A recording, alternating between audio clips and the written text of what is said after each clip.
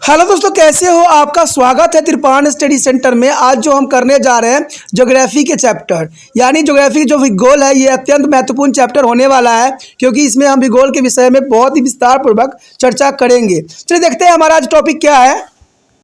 भारत में प्रमुख फसलें। देखिए, भारत में प्रमुख फसल के बारे में जानना काफ़ी दिलचस्प रहेगा और हम जानेंगे कि भारत में जो है कौन कौन से जो फसलें हैं उगाई जाती है, जो कि भारत के लिए विशेषताएं हैं। क्योंकि किसी भी देश के लिए, और वो खास तौर पर जो कृषि प्रधान देश है, उनके लिए कृषि बहुत ही महत्वपूर्ण होते हैं, क्योंकि सारे जो होते हैं अर्थव्यवस्था इसी पर ही आश्रित होते हैं।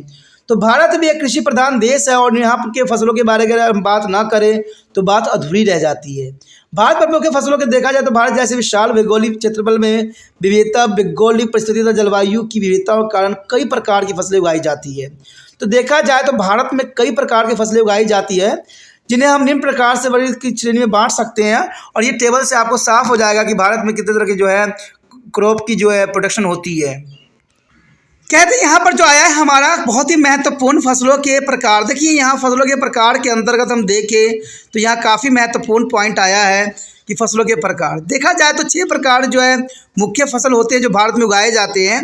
उसी के बारे में हम विस्तार पर यहाँ चर्चा करेंगे और जानने की कोशिश करेंगे कि ये फसलें कैसे हैं और इनका क्या कंडीशन होता है उगने के लिए, और इसका जो है क्या स्थान है विश्व में। तो आप इस तरह त्रिपाण स्टडी सेंटर के साथ बने रहें और इसी तरह जो है लाइक से सब्सक्राइब भी करते रहें और शेयर भी करना जरूरी होता है। चलिए देखते हैं फसलों के प्रकार के अंतर्गत जो है खाद्यान्न फसलें। खाद्यान्न फसलें बहुत काफ़ी महत्वपूर्ण होता है। कहते हैं खाद्यान्न फसलों के अंतर्गत जो होता है धान, गेहूँ, ज्वार, बाजरा, मक्का और रागी आते हैं, जिसके बारे में हम विस्तार पूर्वक आगे चर्चा भी करेंगे। उसके बाद है दालें। दालों में आता है चना, अरहर, मूंग, मसूर, सभी दालें जो आती है बहुत महत्वपूर्ण होती है। यहाँ पर 2 ही मेंशन है, बट आपको पता ही है कि बहुत टाइप्स के जो होते हैं। लेकिन देखा जाए तिलहन की फसलें। तिलहन की फसलें जो होती है जिसमें देखो दालें में आ जाता है चना और अरहर की दाल जो है काफ़ी महत्वपूर्ण है।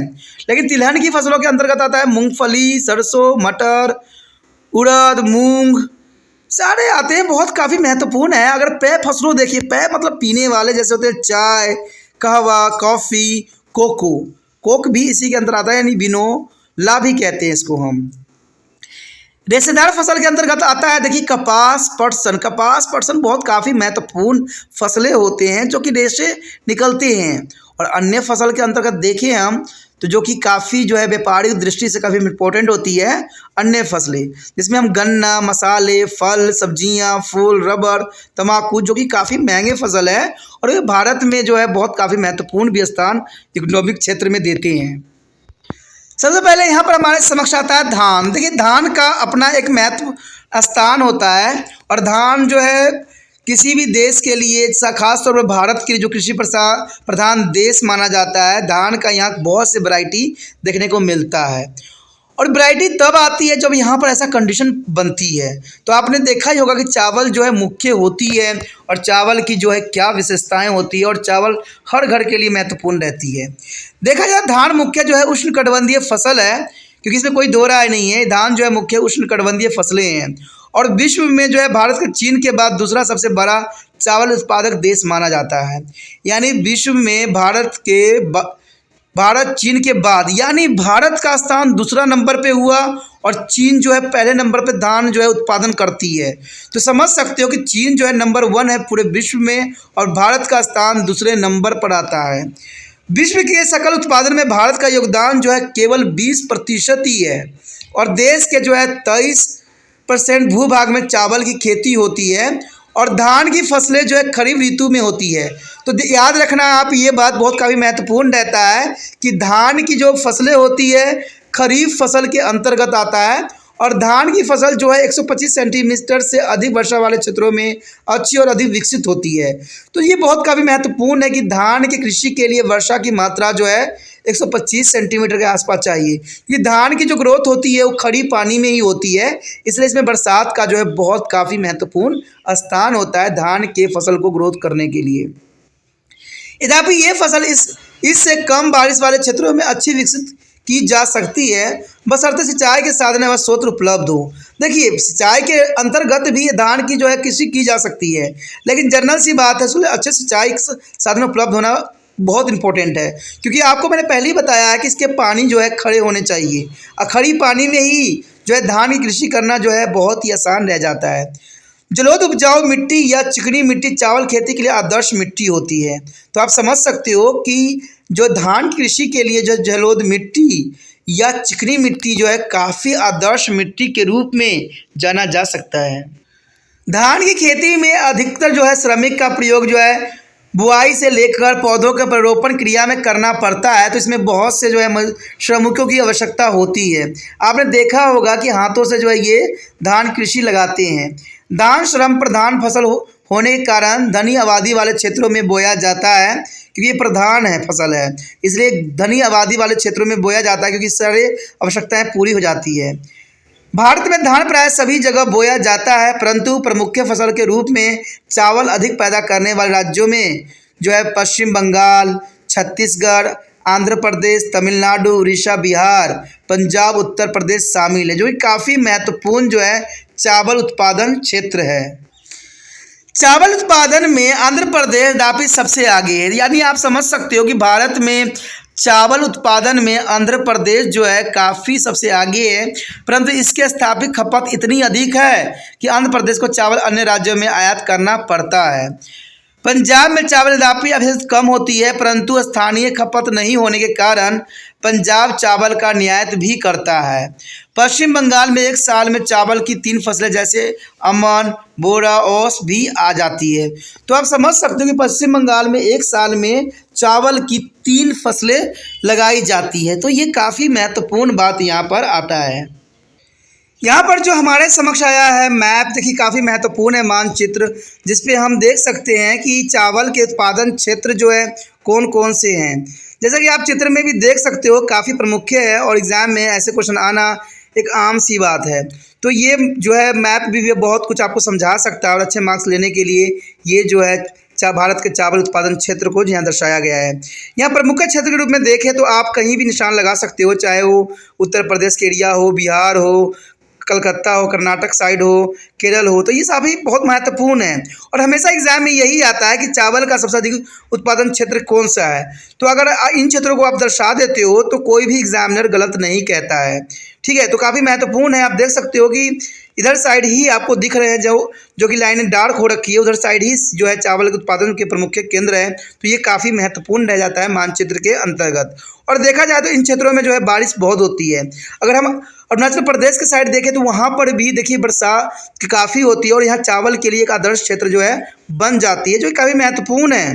तो इसलिए इन क्षेत्रों में जो है चावल का उत्पादन सर्वदा अधिक होती है और ये ज़रूरी भी है, और इसे आप अपने एग्जाम व्यू के लिए तैयार कर सकते हो इस मैप के अंतर्गत। उसके पश्चात हमारे समक्ष आता है गेहूँ उत्पादन। देखिए गेहूँ काफ़ी महत्वपूर्ण होता है। कहते हैं गेहूँ मूल्य रूप से जो है उप पोषण फसल है जो भारत में शीत ऋतु में बोया जाता है और यह रबी के मौसम में होता है, जबकि चावल खरीफ मौसम में बोने वाली फसल है, जो कि काफ़ी महत्वपूर्ण है। यानी ये ज़रूरी है कि यह रबी के जो है मौसम में होती है, जबकि चावल खरीफ के जो है मौसम में बोने वाले फसल है। तो ये काफ़ी महत्वपूर्ण आपके लिए रह जाएगा कि रबी जो है काफ़ी महत्वपूर्ण है गेहूँ के लिए और चावल जो है खरीफ के फसल के रूप में देखा जाता है। क्षेत्रफल तथा उत्पादन की दृष्टि से चावल के बाद गेहूं का दूसरा स्थान होता है और इस फसल का बोया गया क्षेत्रफल भारत में कुल बोए गए फसलों के क्षेत्रफल का 13% है। गेहूं को जो है ठंडे मौसम जिसमें जो है मामूली वर्षा हो की ज़्यादा आवश्यक होती है। गेहूं भारत के उत्तरी जो है मैदानी भाग में ठंड के मौसम में जब दिन का औसत तापमान 10 सेल्सियस से 15 सेल्सियस रहता है तब जो है उगाया जाता है। तो आप समझ सकते हो काफ़ी महत्वपूर्ण है। गेहूं के लिए जो है कम टेम्परेचर की आवश्यकता होती है। तो इसका जो है समय काल आप देख सकते हो कि ये अक्टूबर नवंबर के बाद ही इसका जो है बोने का प्रावधान है, जहां पर 10 से 15 सेल्सियस तापमान रहता है, जो कि आदर्श होता है। अच्छे वाहन गुण वाली जो है दोमट मिट्टी में गेहूं की अच्छी फसल होती है। यानी देखा जाए तो मिट्टी जो अच्छी है वो दोमट मिट्टी है, जहां पर गेहूं जो है अच्छे फसल के रूप में देखा जाता है। और इसके अंतर्गत अगर हम राज्य की बात करें तो ये साफ कर देता है कि उत्तर प्रदेश, पंजाब, हरियाणा गेहूं उत्पादन के बड़े और प्रमुख राज्य हैं। यानी उत्तर प्रदेश, पंजाब और हरियाणा गेहूं के अच्छे उत्पादन माने जाते हैं, जो कि गेहूं के लिए एक आदर्श राज्य के रूप में देखा जा सकता है। इन राज्यों में भारत के सकल गेहूं उत्पादन के कुल बोए गए क्षेत्र का 60% तथा कुल गेहूं उत्पादन का 73% हिस्सा आता है। तो ये काफ़ी महत्वपूर्ण है कि उत्पादन कुल बोए गए क्षेत्र का 60% तथा कुल गेहूं उत्पादन का 73% हिस्सा आता है। और गेहूं उत्पादन के अन्य राज्य राजस्थान, बिहार, उत्तर प्रदेश, मध्य प्रदेश एवं महाराष्ट्र आता है। और ये काफ़ी महत्वपूर्ण बात यहाँ पर आता है, कहते हैं 1966 में, आपको याद होगा कि 1966 में हरित क्रांति हुई थी। और कई जगह ये क्वेश्चन आ जाता है कि हरित क्रांति का शुभारंभ कब हुआ था। तो 1966 में भारत में हरित क्रांति का अभियान लागू होने पर गेहूं में सर्वाधिक उत्पादन हुआ था, जहां पर देखा गया, नोट किया गया 688 लाख टन, 688 लाख टन कम नहीं होता है, जो कि गेहूं का उत्पादन किया गया हरित क्रांति के अंतर्गत। कहते हैं विश्व में भारत एक महत्वपूर्ण गेहूं उत्पादन देश है और भारत का स्थान चीन और अमेरिका के बाद आता है। तो देखा जाए तो भारत का तीसरा स्थान है गेहूं उत्पादन में। सबसे पहले चीन का आता है, उसके बाद अमेरिका का, फिर जाके भारत का स्थान आता है गेहूं उत्पादन करने के अंतर्गत, यानी तीसरा स्थान भारत का ही है। यद्यपि प्रति हेक्टेयर गेहूं की उत्पादकता भारत में बढ़ी है, यानी प्रति हेक्टेयर गेहूं के उत्पादन भारत में बढ़ी है, जो 1950 से 51 में 815 किलो प्रति हेक्टेयर था, अब जो बढ़ गया है और बढ़कर 2000 से 2001 में 2743 किलो प्रति हेक्टेयर हो गया है। फिर भी गेहूं का भारत में सकल उत्पाद विश्व के अन्य प्रमुख देशों की तुलना में बहुत ही कम होती है। यानी ये भी बहुत बड़ी विडंबना वाली बात है कि भारत में सकल उत्पाद में विश्व के अन्य प्रमुख देशों से तुलना में बहुत ही कम है, जो कि काफ़ी ज़रूरी बात भी है और काफ़ी कहते हैं टेंशन वाली बात भी यहाँ पर आता है। और देखिए, चलिए मैप में देखते हैं कि गेहूं के उत्पादन क्षेत्र कौन कौन से हैं और इसकी क्या विशेषताएँ हैं। इस मैप में आप देख सकते हो, मैप में यहाँ पर भारत में गेहूं उत्पादन क्षेत्र को दर्शाया गया है।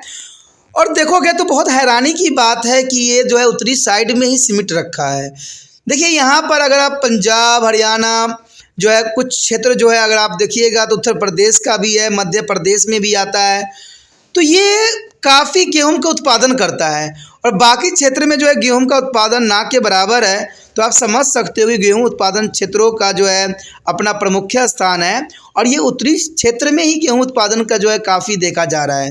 अदरवाइज आगे क्षेत्रों में नहीं दिखाया गया है। अन्य क्षेत्र बहुत कम अमाउंट में करते हैं, जिसमें बिहार भी सम्मिलित है, उत्तर प्रदेश के कुछ राज्य भी हैं, राजस्थान के भी हैं, गुजरात के भी कुछ क्षेत्र देखे गए हैं और महाराष्ट्र में भी देखे गए हैं। लेकिन आपको तो पता है एग्जाम में वो क्वेश्चन आते हैं जो महत्वपूर्ण होते हैं, जो सर्वदा अधिक होते हैं। तो अधिक तो आप देखोगे हिमाचल प्रदेश में भी दिख रहा होगा, आपका उत्तराखंड भी दिख रहा होगा और पंजाब का स्थान तो है ही है, हरियाणा का है ही है, कहते हैं उत्तर प्रदेश का तो है ही है और मध्य प्रदेश भी इसी के अंतर्गत आता है। तो इस मैप में सभी बातें भली भांति समझाया गया है, जो एग्ज़ाम व्यू से महत्वपूर्ण रहता है। और गेहूँ हो, चावल हो या कोई भी हो, धान हो, ये काफ़ी महत्वपूर्ण फसल होता है। और आपको पता है कि एग्जाम में इसके अंतर्गत क्वेश्चन जरूर पूछे जाते हैं, चाहे उसको वर्णन करने के लिए आ जाए या किसी कैसे भी, लेकिन ये क्वेश्चन काफ़ी महत्वपूर्ण यहाँ पर अपना स्थान रखते हैं। उसके पश्चात आता है चाय। देखिए, चाय विश्व में भारत चाय का एक अग्रणी उत्पादक एवं खपत करने वाला देश है। कहते हैं जहाँ भारत में सबसे अधिक चाय का उत्पादन होता है, वही भारत में खपत भी सबसे अधिक होता है। भारत चाय के निर्यात में बहुत बड़ी मात्रा में विदेश मुद्रा अर्जित करता है और चाय के पौधे पहाड़ी ढलानों में जहां अच्छी मात्रा में वर्षा अर्थात 150 सेंटीमीटर से अधिक मात्रा में उपलब्ध हो, जलवायु भी गर्म हो, अश और अधिक उगते हैं। तो आप समझ सकते हो कि भारत जितना इसका उपयोग करता है उतना ही उत्पादन करता है और साथ में ये दूसरे देशों में सप्लाई भी करता है। तो ये काफ़ी महत्वपूर्ण फसल के रूप में देखा जा सकता है। अगर इस फसल को उगाने के स्थान को देखें तो पहाड़ी क्षेत्र में इसको उगाने का प्रावधान है। और यहाँ पर कुछ बातें इंपॉर्टेंट ये भी रखता है कि यहाँ पर बरसात की 150 से अधिक होनी चाहिए, यानी रेनफॉल अधिक होनी चाहिए और साथ में जलवायु गर्म भी होनी चाहिए। तो ये काफ़ी आदर्श क्षेत्र है और ये पहाड़ी क्षेत्र में ही ऐसे आदर्श मिल सकते हैं। ढलानों में आच्छादित मिट्टी यदि दोमट तथा अच्छी जो है अपवहन वाली हो तो चाय के पौधों के फसल के लिए जो है आदर्श एवं उत्कृष्ट क्षेत्र माने जा सकते हैं। तो देखा जाए तो मिट्टी के अगर रूप में देखें तो ये दोमट और जो अच्छी अपवहन वाली मिट्टी में चाय के पौधे जो है काफ़ी अच्छे आदर्श होते हैं। चाय के पौधों के जो है उगाही वाले अधिकांश क्षेत्र जो है असम क्षेत्र के सुरमा और ब्रह्मपुत्र की घाटियों में, पहाड़ी ढलानों में तथा पश्चिम बंगाल के राज्यों के दार्जिलिंग एवं जलपाईगुड़ी जिलों में आते हैं। तो आप समझ सकते हो कि अगर हम बात करें यहाँ पर सुरमा और जो ब्रह्मपुत्र की घाटी में, तो ये एक पहाड़ी इलाका है और यहाँ पर जो है काफ़ी अमाउंट में चाय की खेती की जाती है। अगर हम पश्चिमी बंगाल और दार्जिलिंग और जलपाईगुड़ी की बात करें तो ये भी जो है चाय उत्पादन के सबसे आदर्श क्षेत्र के रूप में जानते हैं, क्योंकि दार्जिलिंग के बारे में तो आप जानते ही होंगे और जलपाईगुड़ी के बारे में तो आपको पता ही है। तो इन क्षेत्रों में चाय के जो है अधिक उत्पादन की जाती है, जो कि काफ़ी महत्वपूर्ण बात भी है। अन्य प्रमुख क्षेत्र का अगर जैसे देखा जाए, जैसे अन्य प्रमुख क्षेत्र दक्षिण भारत के जो है अन्नामालाई तथा नीलगिरी के पहाड़ी ढलानों में सीमित है। इसी प्रकार उत्तराखंड और राज्य के जो है कुमायूं की पहाड़ी ढलानों में तथा हिमाचल प्रदेश राज्य के कांगड़ा और घाट के पहाड़ी ढलानों में सीमित क्षेत्र में चाय के पौधे की खेती की जाती है। तो देखा जाए तो ये भी बहुत काफ़ी महत्वपूर्ण है कि उत्तराखंड राज्य के कुमायूं के पहाड़ी ढलानों में तथा हिमाचल प्रदेश राज्य जो है कांगड़ा घाटी के पहाड़ी ढलानों में सीमित क्षेत्रों में चाय के पौधे की खेती की जाती है। भारत में जो है 1999 के दौरान 8.5 लाख टन चाय उत्पादन हुआ था, यानी 8.5 लाख टन जो उत्पादन हुआ था। और चाय उत्पादन एवं उसके निर्यात की प्राप्ति आमदनी जो है था वर्ष 2000 से 2001 में करीब 2000 करोड़ रुपया थी। तो काफ़ी महत्वपूर्ण है यहाँ पर चाय के अंतर्गत जो है पैसे की कमाई। यद्यपि स्थानीय खपत की मांग भी बहुत ज़्यादा बनी रही है। तो भारत में खुद भी इसका उत्पादन जो है कंज्यूम करने की क्षमता अधिक है।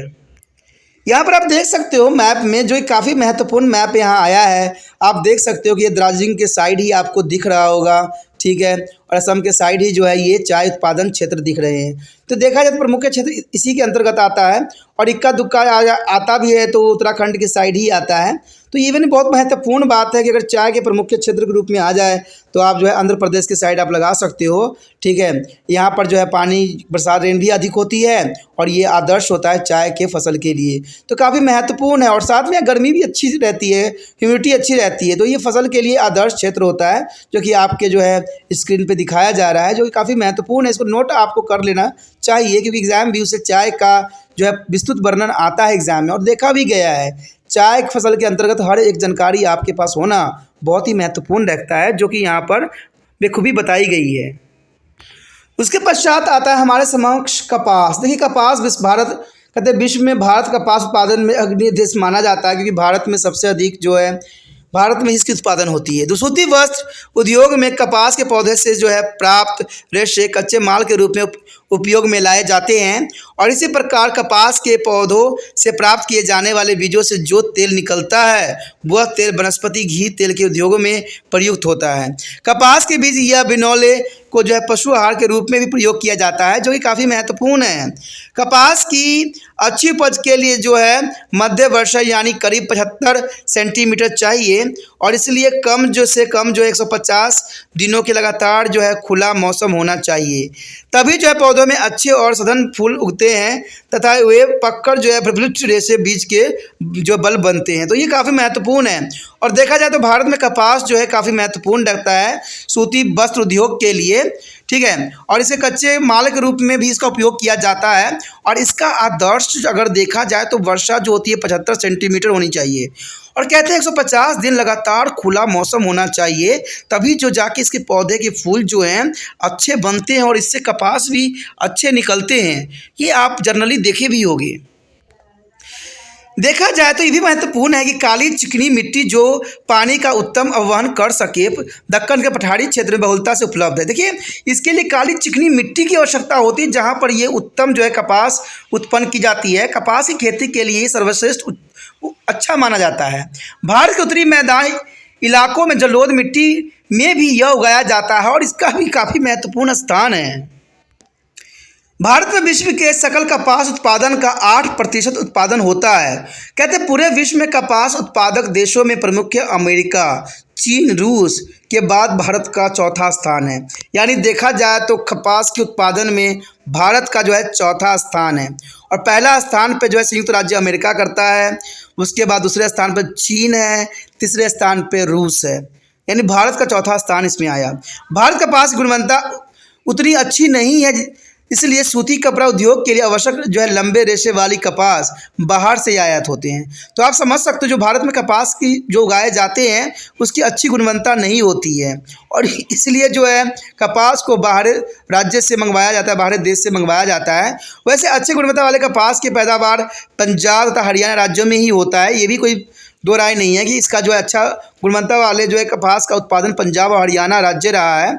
और भारत में कपास की खेती में अग्रणीय जो है राज्य महाराष्ट्र आता है, गुजरात आता है, आंध्र प्रदेश, हरियाणा, पंजाब, कर्नाटक, पश्चिम जो है मध्य प्रदेश एवं राजस्थान। तो चलिए इसी बात को जो है मैप पे भी देखने की कोशिश करें और एनालाइज करें कि जो है कपास इस जो है कृषि कहाँ कहाँ किस क्षेत्र में और किस कंडीशन में होता है।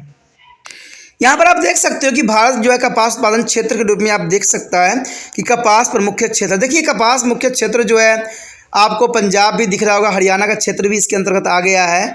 ठीक है, यहाँ पर आप देखिए तो राजस्थान भी आ रहा है और गुजरात भी, महाराष्ट्र भी, तो काफ़ी महत्वपूर्ण क्षेत्र को यहाँ दर्शाया गया है। यहाँ तक कि केरल के क्षेत्र भी, कुछ क्षेत्र को इसमें ले लिया गया है। तो कपास के प्रमुख क्षेत्र इसी के रूप में है, लेकिन पंजाब हरियाणा में जो है उच्च गुणवत्ता वाले कपास का जो है उत्पादन होता है, जो कि इस मैप में भी दर्शाया गया है। आप देख सकते हो कि पंजाब और हरियाणा भी कपास के उत्पादन के लिए काफ़ी महत्वपूर्ण यहाँ पर रहता है। और ये मैप जो है एग्ज़ाम व्यू से भी काफ़ी महत्वपूर्ण है, तो आप इसके क्षेत्र जो है दिमाग में रख सकते हो और इसको जो है एग्ज़ाम व्यू की तैयारी में लग सकते हो। तो ये काफ़ी महत्वपूर्ण रखता है हर एक कंपटीशन के लिए, कि किसी भी कंपटीशन में ऐसे क्वेश्चन पूछे जा सकते हैं कि कपास का जो है विश्व में कितने नंबर पर स्थान है। तो आप समझ गए होंगे चौथे नंबर पर जो है इंडिया का स्थान कपास उत्पादन में आता है। लेकिन यहाँ की जो कपास है अच्छी गुणवत्ता वाले नहीं होते हैं, इसलिए हमें बाहरी देश से मंगवाया जाता है। अगर भारत में अच्छे गुण वाले होते भी हैं तो पंजाब और हरियाणा में ही होता है।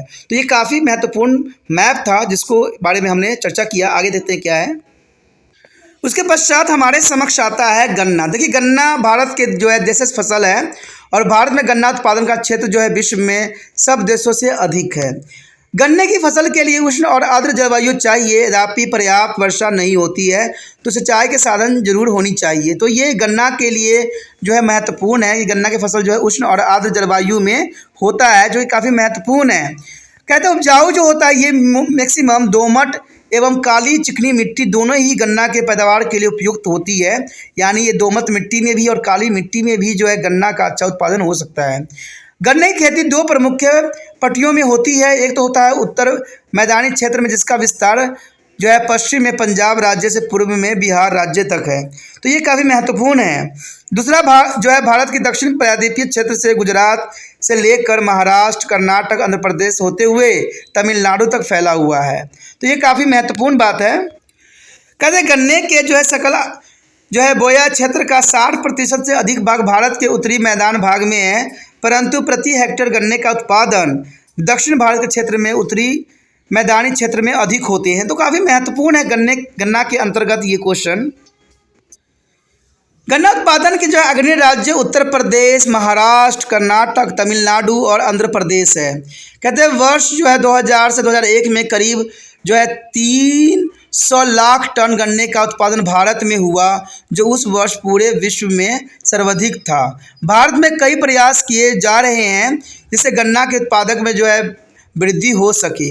इस दिशा में संकरणीय गन्ने की कई किस्म को जो है विकसित किया गया है, जिनकी उत्पादकता सामान्य गन्ने किस्मों से बहुत ज़्यादा है। कहते गन्ना अनुसंधान संस्था कोटवाटूर जो है तमिलनाडु इस दिशा में सक्रिय रूप से कार्यरत है, जो कि काफ़ी महत्वपूर्ण है गन्ना के उत्पादन के लिए। अब इसी बात को अगर हम देखें मैप के अंतर्गत तो काफ़ी महत्वपूर्ण रहेगा। देखिए यहाँ पर मैप भी दर्शाया गया है जो कि काफ़ी महत्वपूर्ण है। गन्ना के प्रमुख क्षेत्र कहते हैं एग्जाम व्यू से क्वेश्चन काफ़ी महत्वपूर्ण रखता है, तो इसको जो है अच्छे से जो है मैप को भी आपको समझना जरूरी रखता है।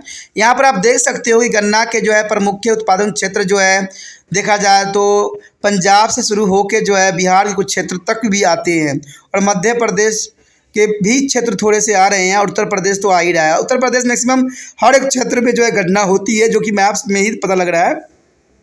साथ में महाराष्ट्र का क्षेत्र भी नज़र आ रहा है और गुजरात का क्षेत्र भी इसमें आता है।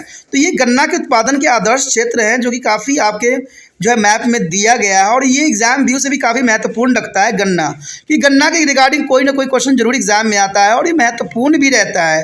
तो इसको मैप को भी आपको अच्छे से स्टडी करने की आवश्यकता है, क्योंकि एग्जाम व्यू और प्लस जो है MCQ के रिगार्डिंग अगर कोई बच्चे कॉम्पिटिशन तैयारी कर रहे हैं तो उनके लिए भी ये मैप जो है काफ़ी इंपॉर्टेंट है और ज़रूरी भी है।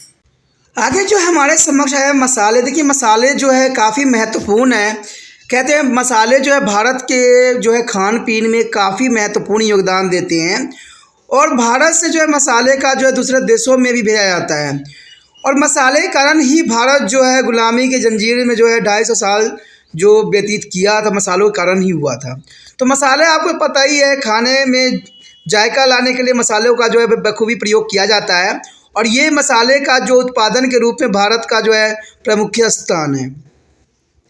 कहते हैं भारत में अनेक प्रकार के मसालों का उत्पादन होता है, जिसमें काली मिर्च हो, इलायची हो, मिर्च हो, हल्दी, अदरक, लौंग इत्यादि शामिल होते हैं, जो कि काफ़ी महत्वपूर्ण है। भारतीय मसाले अपनी उम्दा किस्मों के और गुणवत्ता के कारण पूरे विश्व में विख्यात है तथा उनकी मांगें पूरे विश्व में है। बागवानी फसलों में मसालों का महत्वपूर्ण स्थान है, और भारतवर्ष के मसालों का हर घर कहा जाता है, यानी मसालों का घर कहना बहुत महत्वपूर्ण है। इसलिए भारत को जो है मसालों का घर भी कहा जाता है पूरे विश्व में। और कहते हैं पूरे विश्व में जो है मसाले का सबसे अच्छा उत्पादक देश और गुणवत्ता वाले मसालों का उत्पादन भारत के द्वारा ही की जाती है। तो ये काफ़ी महत्वपूर्ण है। आगे जो है हमारा पहला इसके अंतर्गत है मिर्च।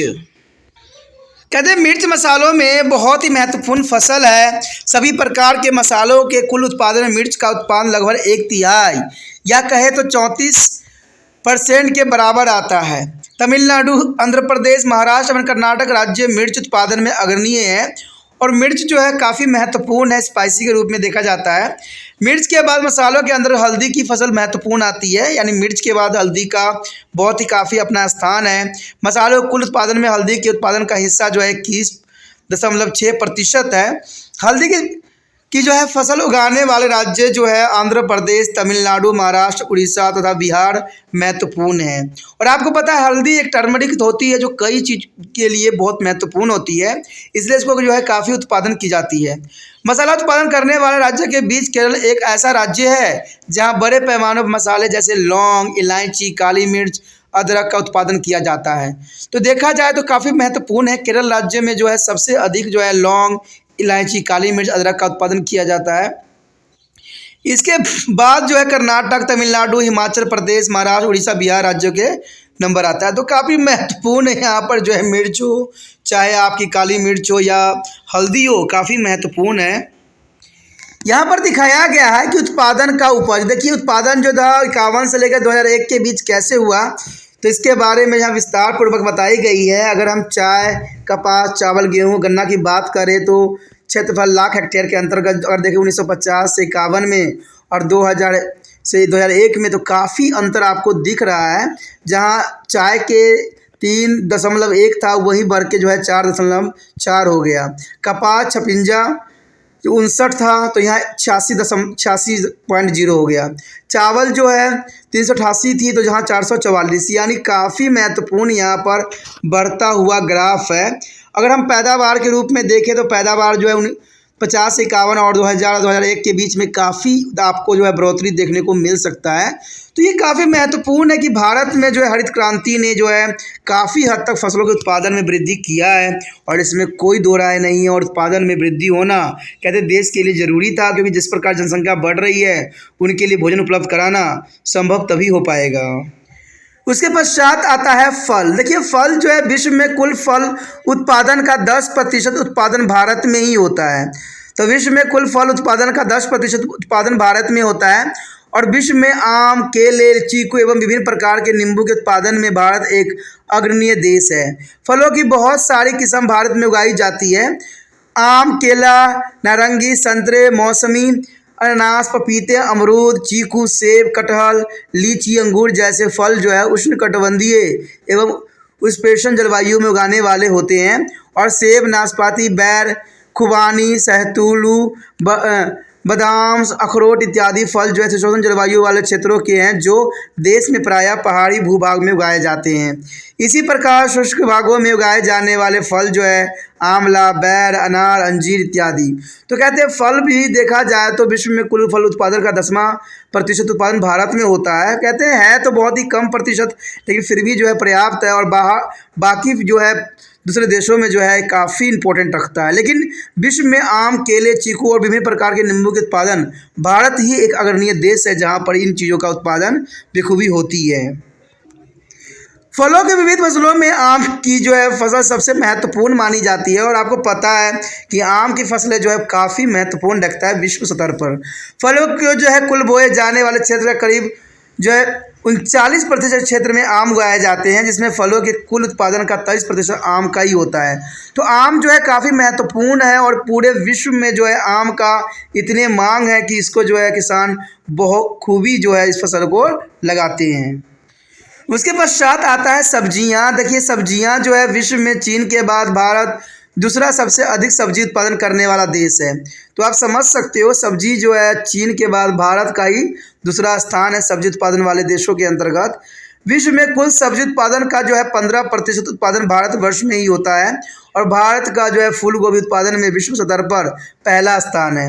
यानी फूल गोभी के उत्पादन में जो है भारत पहला स्थान पे आता है, और प्याज उत्पादन में इसका दूसरा स्थान है। पत्ता गोभी में इसका तीसरा स्थान है। इसके अलावा दूसरा अन्य सब्जी जो प्रमुख रूप से उगाई जाती है वह है आलू, मटर, टमाटर आदि। भारत में 50 से अधिक किस्म की सब्जियां उगाई जाती है। तो भारत में जो है सब्जियों की काफ़ी किस्में देखने को मिल जाती है। उसके पश्चात है फूलों की खेती। फूलों की खेती भी काफ़ी महत्वपूर्ण रहता है। वैश्वीकरण के उत्तरार्ध समय में जब बहुत से जो है व्यापारिक प्रतिबंध हटा दिए गए थे, तो फलों का, सब्जियों का, एक फूलों का अंतर्राष्ट्रीय व्यापार विपणन बहुत ही लाभदायक हो गया था। फूलों के न्यास से जो है भारत बहुत सी विदेशी मुद्राएं कमा सकता है। काफ़ी महत्वपूर्ण है कि फूलों से जो है विदेशी मुद्रा कमाना। ठीक है, फूलों में गुलाब का जो है फूल, जूही, चमेली, गुलमोहर, गुलदाउदी इत्यादि जो है फूलों की खेती का उत्पादन बड़े पैमानों पर होता है। कर्नाटक, तमिलनाडु, आंध्र प्रदेश, राजस्थान, पश्चिम बंगाल, महाराष्ट्र राज्य में काफ़ी बड़ी मात्रा में एक विस्तृत क्षेत्रों में फलों की खेती होती है। इसके अलावा उत्तराखंड, असम, दिल्ली तथा त्रिपुरा में भी फ्लोरिकल्चर काफ़ी लोकप्रिय है। यानी फ्लोरिकल्चर जो है काफ़ी महत्वपूर्ण लोकप्रिय व्यापारी विकल्प बन गया है, क्योंकि फूलों में जो है काफ़ी पैसे हैं, और फूल जो है हर जगह यूज़ होता है। इसलिए देखा जाए तो आज जो है विश्व स्तर पर जो है भारत में फूलों के उत्पादन की जाती है, और इससे काफ़ी जो है अर्थव्यवस्था में सुधार हुआ है। इवन कि जो किसान लगाते हैं उनके भी जीवन स्तर में काफ़ी सुधार हुआ है। तो इसी के साथ हमारा ये टॉपिक ख़त्म हो जाता है, जो कि काफ़ी महत्वपूर्ण था। आगे का टॉपिक और भी महत्वपूर्ण है, तो आप बने रहें त्रिपाण स्टडी सेंटर के साथ। और साथ में अगर आप त्रिपाण स्टडी सेंटर को थैंक्स कहना चाहते हो, हेल्प करना चाहते हो, तो आप जितना हो सके इस वीडियो को शेयर करना है। और शेयर करने के लिए कुछ नहीं करना है, यूट्यूब से लिंक को कॉपी करना है और व्हाट्सएप स्टेटस पर लगा देना है। जिन बच्चों ने देखना है वो देखेंगे, जिनको नहीं देखना है नहीं देखेंगे, क्योंकि कहते हैं ना इंसान को अपना कर्तव्य निभाना चाहिए। बाकी जो है दूसरे व्यक्ति कर्तव्य निभाएं चाहे न निभाएं, इससे कोई मतलब नहीं होना चाहिए। ठीक है, अगर आपको वीडियो त्रिपाण स्टडी का अच्छा लगा, समझ में आया, तो आप ज़रूर इसको सब्सक्राइब करके रख लीजिए, क्योंकि सब्सक्राइब नहीं कीजिएगा तो शायद आने वाला वीडियो का नोटिफिकेशन भी आपको प्राप्त नहीं होगा। और साथ में अगर आप यूट्यूब पर रिसर्च कीजिएगा कोई भी टॉपिक, तो आपको पता ही है कि पहले से जो मौजूद यूट्यूब पे वीडियो होगा वही नज़र आएगा। त्रिपाण स्टडी सेंटर दूर दूर तक नज़र नहीं आएगा। ठीक है, इसलिए चैनल को सब्सक्राइब कर लेने में ही आपके फ़ायदा है। ठीक है, और अगर आप और भी अच्छा देखना चाहते हो और भी इसमें कुछ सुधार चाहते हो तो कमेंट ज़रूर कीजिए। कमेंट करने से क्या होता है कि इसमें और भी सुधार की जाती है और बेहतर से बेहतर बना जाता है। ठीक है, और सब्सक्राइब कर लेना भी फ़ायदेमंद रहेगा, क्योंकि आपको पता है त्रिपाण स्टडी सेंटर के होम पेज पे सभी वीडियो उपलब्ध होते हैं। साथ में प्लेलिस्ट भी है। प्लेलिस्ट में आपको जो है सभी क्लास के अंतर्गत और टॉपिक के अंतर्गत वीडियो दिख जाएंगे, जो कि आपके लिए महत्वपूर्ण है।